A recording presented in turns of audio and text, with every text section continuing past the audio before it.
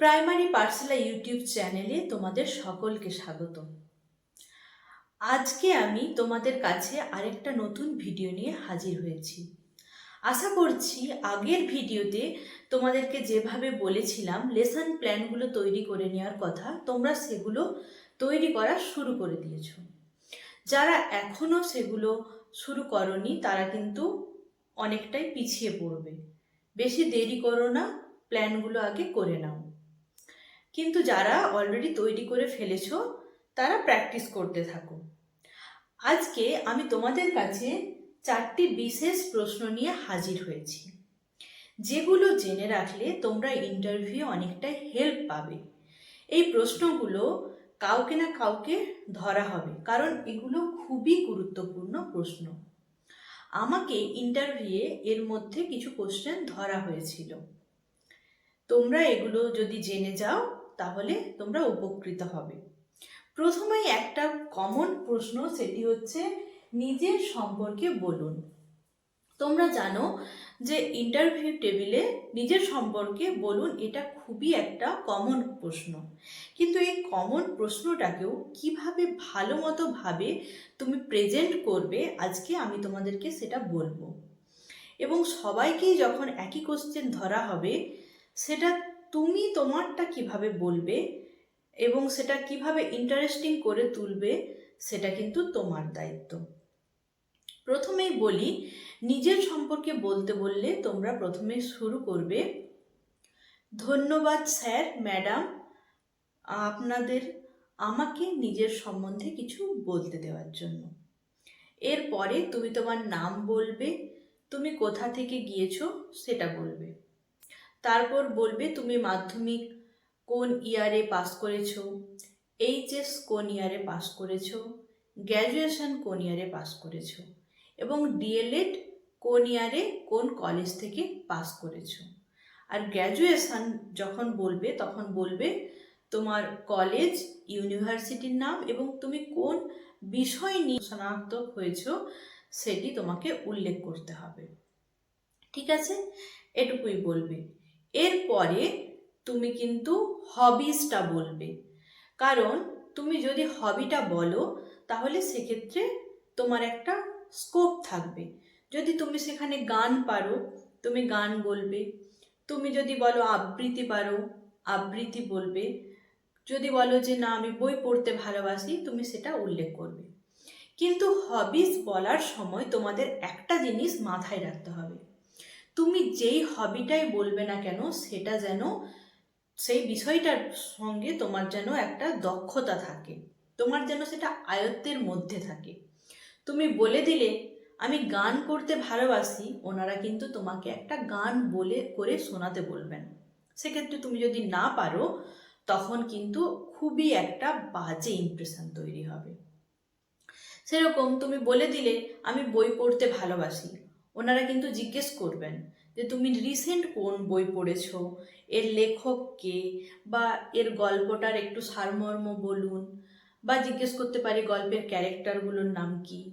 ঠিক আছে, তো যেই বিষয়টা হবি বলবে সেটা কিন্তু ভালো করে তোমাদের জেনে রাখতে হবে, কারণ ওখান থেকে প্রশ্ন করবেই। এরপরে বলি, হবিসের পর তোমরা আরেকটা কথা বলবে, সেটা হলো এই প্রাইমারি চাকরিটা তোমরা কেন করতে চাইছো। তোমরা কিন্তু সেটা মেনশন করবে, এটাই বলবে স্যার বাচ্চাদের নিয়ে আমার কাজ করতে ভালো লাগে এবং বাচ্চাদের সঙ্গে সময় কাটাতে ভালো লাগে, এটা কিন্তু মেনশন করবে। কারণ তোমাকে যখন একটা নিজের সম্পর্কে বলতে দেওয়া হচ্ছে, তোমার কিন্তু ওই ভালো লাগার ব্যাপারটা মেনশন করতে হবে, তাহলে ওনাদের তোমার প্রতি একটা ইমপ্রেশন তৈরি হবে যে এই ক্যান্ডিডেটটা বাচ্চাদের নিয়ে কাজ করতে ভালো লাগে, নিশ্চয়ই পেয়ে আনন্দিত হবে। এই কথাটা তোমরা কিন্তু মেনশন করবে যে বাচ্চাদের নিয়ে কাজ করতে ভালো লাগে। ঠিক আছে, এরপরে আবার একবার ধন্যবাদ জানিয়ে তুমি বলবে যে ধন্যবাদ আবার একবার সবাইকে আমাকে এই বলার সুযোগটা করে দেওয়ার জন্য। এইভাবে কিন্তু নিজের সম্পর্কে তুমি বলে ওখান থেকে অন্য কোশ্চেন এবার পরপর আসতে সেগুলো বলতে শুরু করবে।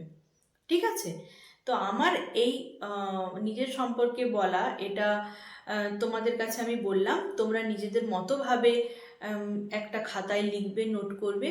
যদি কোনো অসুবিধে হয় আমাকে কমেন্ট করতে পারো, আমি একটা রেডি কপি তোমাদেরকে দিয়ে দেব, ঠিক আছে? অসুবিধে হলে আমাকে বলতে পারো, কিন্তু আশা করছি তোমরা সেটা পারবে।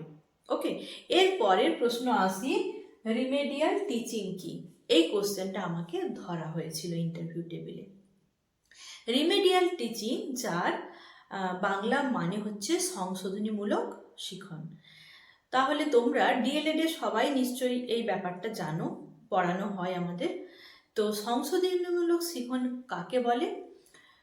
যখন একটা শ্রেণীকক্ষে, ধরো একটা শ্রেণীকক্ষে 50 জন বাচ্চা আছে, সেই 50 জন বাচ্চার মধ্যে 10 জন বাচ্চা তারা যেটা তুমি পড়াচ্ছ সেটা বুঝতে পারছে না বা সেটা শিখতে পারছে না, সেটা বিভিন্ন কারণে হতে পারে।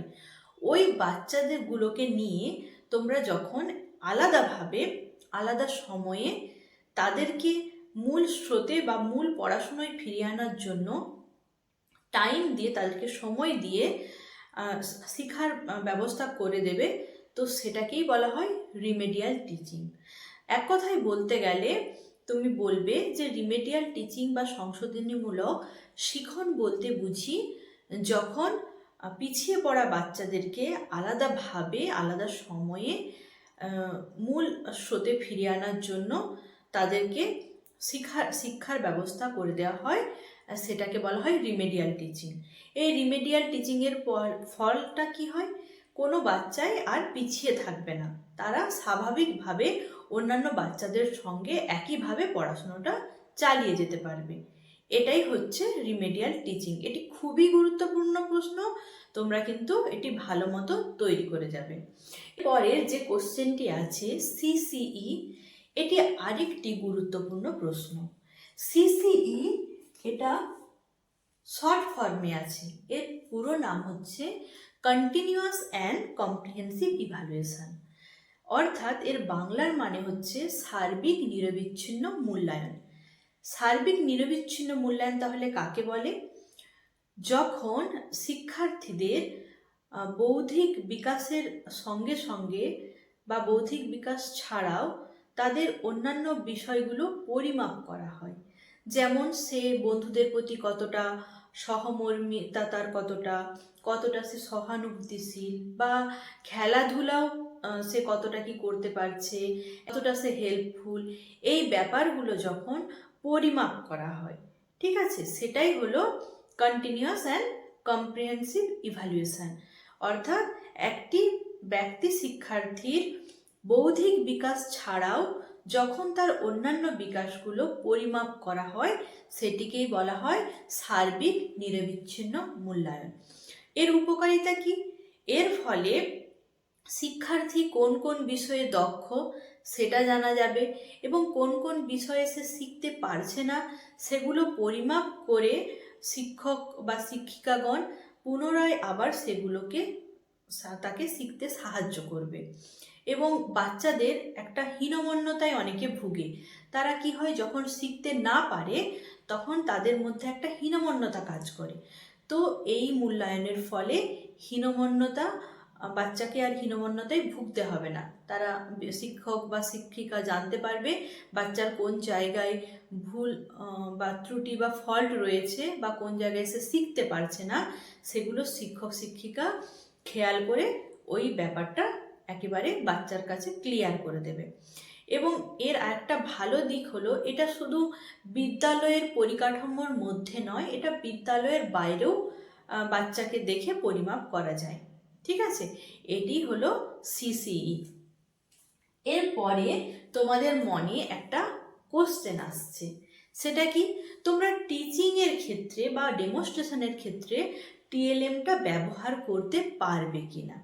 এই ব্যাপারটা তোমাদের অনেকের মধ্যে একটা কনফিউশন সৃষ্টি হয়েছে, কারণ তোমরা যখন কলেজে টিচিং দিয়েছো সেক্ষেত্রে তোমরা কিন্তু টিএলএম চার্ট এগুলো ব্যবহার করেছো। তাই তোমাদের হয়তো মনে এখন প্রশ্ন আসছে যে ওই জায়গায় তোমরা ওগুলো ব্যবহার করলে তোমাদের হয়তো টিচিংটা ভালো হবে, তোমরা ব্যবহার করতে পারবে কি না। আমি তোমাদের এই ব্যাপারটা আজকে ক্লিয়ার করে দিচ্ছি। তোমরা কোনোভাবেই টিএলএম ওখানে ব্যবহার করতে পারবে না। কারণ তোমাদের যখন ডকুমেন্টটা ভেরিফিকেশান হবে, তারপর তোমাদেরকে একটা টেবিল নাম্বার দিয়ে দেবে। ওই টেবিল নাম্বারে যখন তুমি যাবে, ইন্টারভিউ টেবিলে ঢোকার আগে তোমাদের কিন্তু সমস্ত ডকুমেন্ট, ব্যাগ পত্র যা থাকবে সব কিছু বাইরে রেখে ইন্টারভিউ টেবিলে প্রবেশ করতে হবে। সেক্ষেত্রে ওনারা কোনোভাবেই টিএলএম কিন্তু অ্যালাউ করবেন না।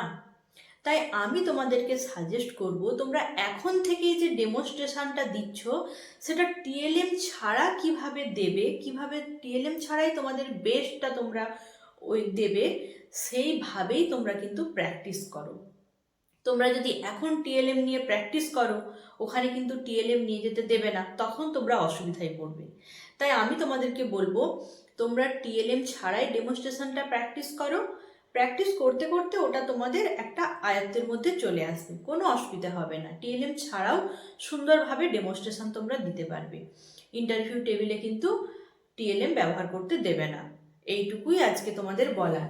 আশা করছি এই কোশ্চেনগুলো তোমাদের কাছে ক্লিয়ার হয়েছে।